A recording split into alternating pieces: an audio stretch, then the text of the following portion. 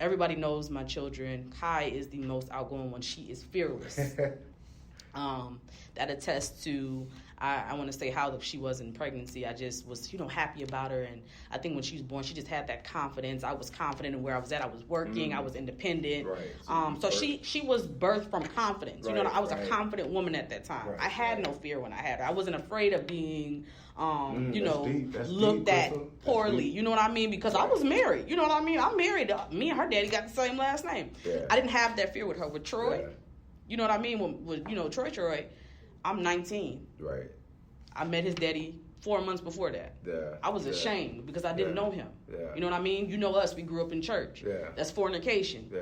He was birthed from fear because I hid that pregnancy for a long time. That's you know what I deep. mean? So when he was That's born, deep. you could see the characteristics very differently from those children. Yeah. You can see it, and it's evident. So now I'm working to let Troy be emotionally healthy. Right. Because that's something you have to work with. I don't think people realize your children do feel whatever you feel when you're pregnant. And Troy fears everything. He doesn't have the confidence that his sister has. Yeah.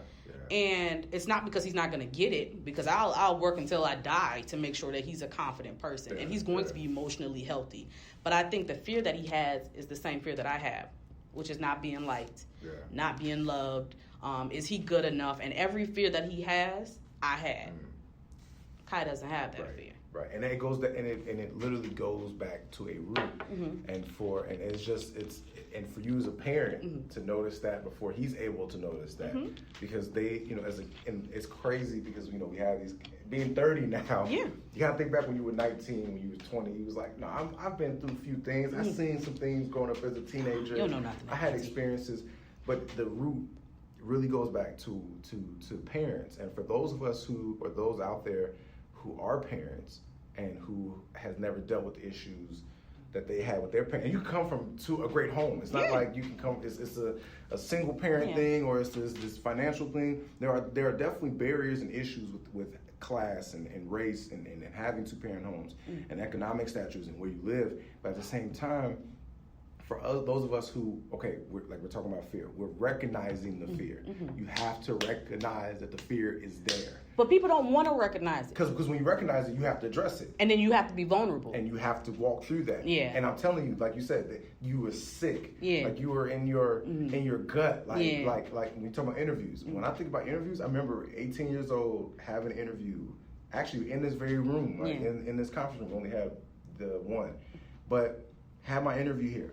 At 18 years old, I had this confidence, even though deep inside, I didn't feel like I'm this, I was lonely, I was depressed, all these things I never really dealt with until I got older. But when I had the interview, I'm like, I feel it. I know this job is for me. Yeah. I know this passion is for me. And so what we do is we bury it and we focus on the things that give us strength. It may be, well, I'm good at sports, or I'm good at I enjoy being around the opposite sex, or I enjoy this, because when you have to address this issue here, it's going to make you sick. Yeah. And the thing about being vulnerable is that the fear is, what if I don't get better? Yeah. What if I stay like this? But then that's where we have to create these healthy, once we recognize it, we have to start creating methods to help us. I know for me, I'm crabby in the morning. Yeah. But in order for me to make this entrepreneur thing work, in order for me to push my speaking, You got to be a morning person. I have to be a morning person. I have to beat my family up. Yeah. I have to beat the kids up Yeah. and make a routine of getting them off to school so my wife can get that extra hour, because she's still doing a 9 to 5 and her own business and the other endeavors that she has going on. So I got to be that foundation. And again, it's not just for them, but it's for me. Yeah. I got to tackle that fear of I want that extra sleep, because if I don't, I'm gonna be wishing I could catch up. I'm gonna be wishing that I can get there. And for me, I have YouTube videos. I actually have an actual subscription to certain pages. I have a song for when I go and take my shower. This is a song that plays. By the time it's over, I have to be out. Yeah. I find myself reciting it. That's every single day to give me. So you that have to juice. train yourself. I have to train myself. So you recognize your weakness. I recognize your weakness, because that's what it is about fear. When you're afraid, it's not that you don't acknowledge your strength. We get comfortable in our weakness. That weakness is safe, because it's like, okay, well, I'm not that strong in this area, so you know what? I'm either not going to do it, or I'm going to have somebody do it for me. Yeah. Versus going out there and learning it And then you'd be like, wow, that wasn't really, like I served tables at Red Lobster. Last year at this time, I was like, I'm just doing this because I need to get the extra money. I don't know what to do. I've always shied away from it. A year later, I can tell you, I'm not the best tray holder with one hand, and I move a little slower than the other waitresses, but at the same time, I'm great at it. Yeah. I'm great at it because I shook that fear, found what I needed from it, and I got to the work, you know? For me, most things I feared was because people placed that fear on me. Like, I'm small. I'm the smallest of the 6. I am one of the oldest, but I am the smallest. And I remember, oh my goodness, when I said I wanted to be in law enforcement, everybody was like, absolutely not. You are not doing this. You are too little. And then when I told them I went to work in a prison, a maximum security prison. My brother texted me, was like, ma'am. I experienced fear throughout that entire thing, from the academy to range week. And I mean, I was knocking them out. You know what I mean? I was doing, but I was fearful the entire time. And I was still afraid because we didn't even tell my oldest brother that I went through the academy. Everybody kept it a secret. My dad, you gotta love him. It's a dad literally said, oh yeah, it was on his birthday. It was September 14th of last year. Was like, we're on our way to Crystal's graduation from the academy. He called me like, what? Like, he was so upset because he was like, you're small. This is not, you can't do this. Like, I don't understand why you're doing this. Like, he sent me every statistic in the book, but I was so upset because, but in my mind, I wasn't seeing him as a big brother. I was seeing him as someone who told me I couldn't do something. And even if the fear was a healthy fear, because I don't think people you do have a healthy fear. Right. But I was doing it to prove people wrong that I couldn't do it until I realized how dangerous the situation was. Right. And then I morphed into another type of fear that every time I got there, it was like I had to turn into a different person to mask the fear I felt. And mind you, I was great at it. When I left, I had lieutenants. Everybody telling me, man, you got to come back. Like, like we love you with the inmates. I'm 4'11". You know what I mean? I'm 4'11". I'm little. I can project my voice, but I mean, they could have told me up if they wanted to. But I garnered respect. But every day I went there, I had to literally stuff the fear down I had and morph into pretty much a dude. That was not who I was. And so, in the end of that forced me to be a horrible person when I left. And I don't think people understand what fear can do to you when you don't deal with it. I knew that wasn't the place for me to be. It was a great experience, but it was not the place for me to be. And so by the end of like month 10, I'm like, can't even do it. Can't even do it. First of all, I was becoming a horrible mother. I wasn't seeing nobody. I was sleeping all day. The fear of that, and that's what everybody told me. Like, you can't do that. First of all, you're a mom. When are you going to see your kids? I'm like, I can do it. I was leaving at noon, getting home at midnight. Take care of the family. But I wanted to prove a point. You know what I mean? And it's secretly I hated it. I really did. But it wasn't that much of a secret because people saw me after that. People was like, you're not a really good person right now. You know what I mean? So that right there is something I had to train myself. And literally, I'm just now detoxing from that. And that right there helped me conquer this fear, to open my mouth and say, I'm not supposed to do everything. I can't. If you tell me I can, I'm pretty sure I'll find a way to do it. But I'm not supposed to do everything. And I feel like everything isn't for everybody. Even if you try it once and you're saying it's okay, that's a fear right there to just say, something's not for me. People will stay at a job for 40 years. And it's not for them. Because and it goes to that motivation of, and again, a fuel. Because a fear can be a fuel as well. Like, I have a fear of when I leave this earth, whenever that time may come, of leaving less of a generational wealth, a lineage for my children to carry forward. That's a fear. But that fear also fuels my ambition. Like, so on social media, you'll see me #ambition everything. If I donate $1 at Wendy's and they give me one of those things that's put on the window, I'm putting #ambition. Because my desire that requires determination and hard work is fueled by me leaving something that will put my children at a possible disadvantage.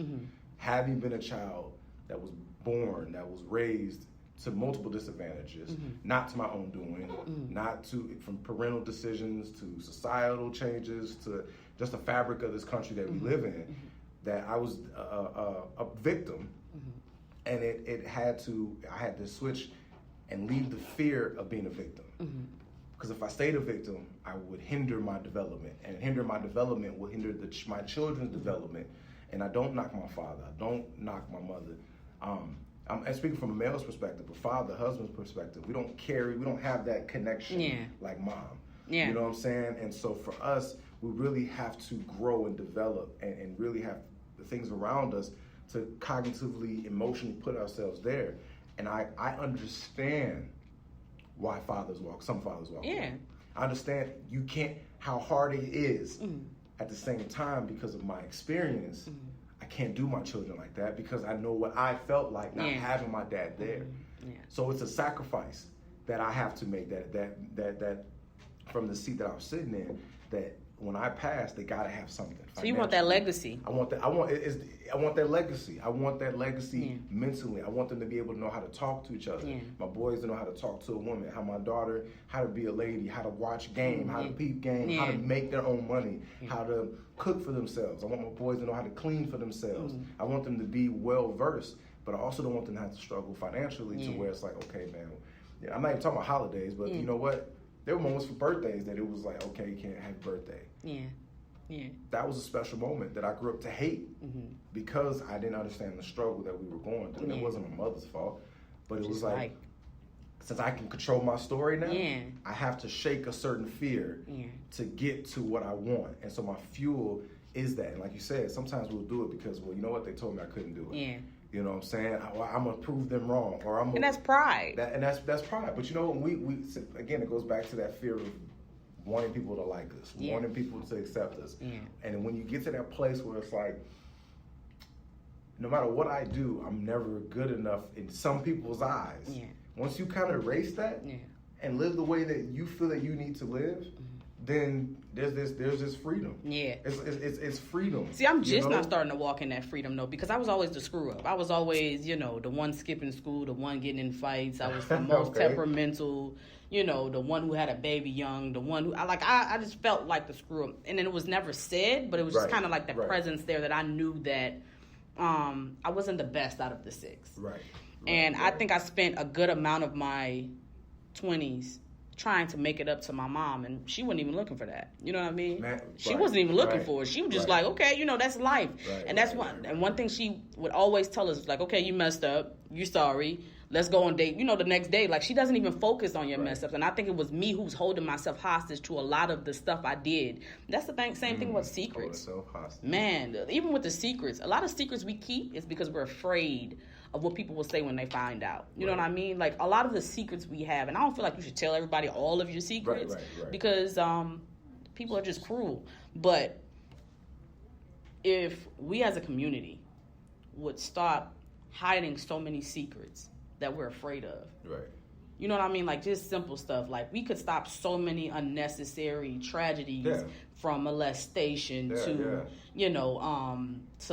just so many crazy creating revenue, economic and we're so used to the 9 to 5, and I'm not saying anything is wrong with 9 to 5. I don't believe everybody is supposed to have a business. You can. But I'm just saying, like, I feel like we'd be like, no, you got to have that education. And it's like so many people are suffering with multiple degrees. And like we have that fear of just leaping. You know what I mean? In our community in particular, because I can't speak of any other community because I haven't lived in any other community. And many communities that are from in other race seem to do well. Now there are places that have, in poverty and have poverty. They have, they suffer and they deal with different socioeconomic issues. But when we talk about the Black community at large, statistically, that's put out not only in media but even by the teachings to our children when they go to school, is that since people of our complexion were already on this soil and brought over onto the soil, we were already pitted against each other. When it came to being a resident, a citizen. So it's not even like you broke down so perfect on how when you were confident and you knew yourself, the baby came out even more confident. When you were fearful and you were had this shame and you carried it in your pregnancy, it carried out into your child. So as products of the 80s, early 90s, we are the product of what our parents or forefathers had, which was fear, which was drugs, which was just broken homes. We are a product of that. So there's something